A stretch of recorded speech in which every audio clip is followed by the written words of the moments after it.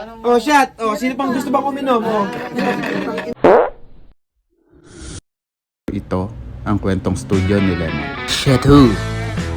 Today, magpapaprint tayo sa tarpaulin. Para saan ang tarpaulin? Para negosyo ay payamanin. At binilot-bilot na parang Shanghai na layot. Ang tarpaulin natin ay hindi mamahalin. Sulit na sulit pero may konting punit. Sabi ng rugby natin ay do all, hindi sana all. Ito nga at hindi pa tapos, tapusin ko mamaya. At bago ko malimutan ay kumuha muna tayo ng quality mixer kay Sir.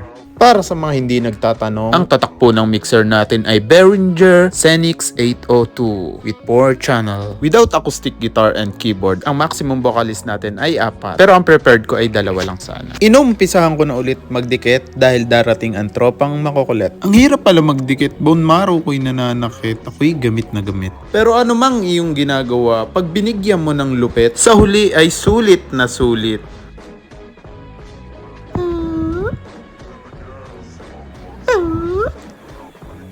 And almost 60% na nga ang nadikitan natin ng acoustic foam dito sa ating silidra-krakan. Alam mo ba kung ano yung masakit? Yung hindi ka marunong mag-Indian seat.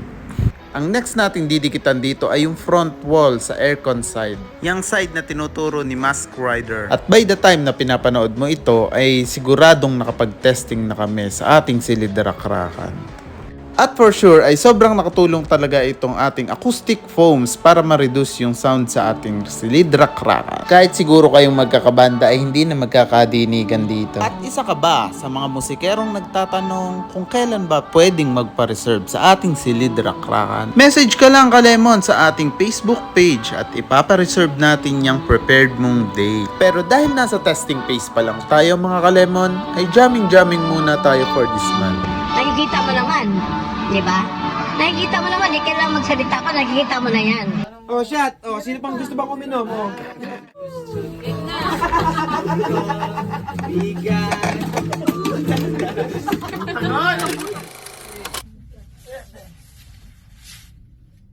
Happy New Year! Bajay!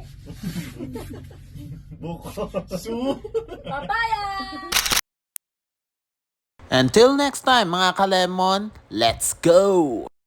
Wag mo mabangan. Whoop whoop!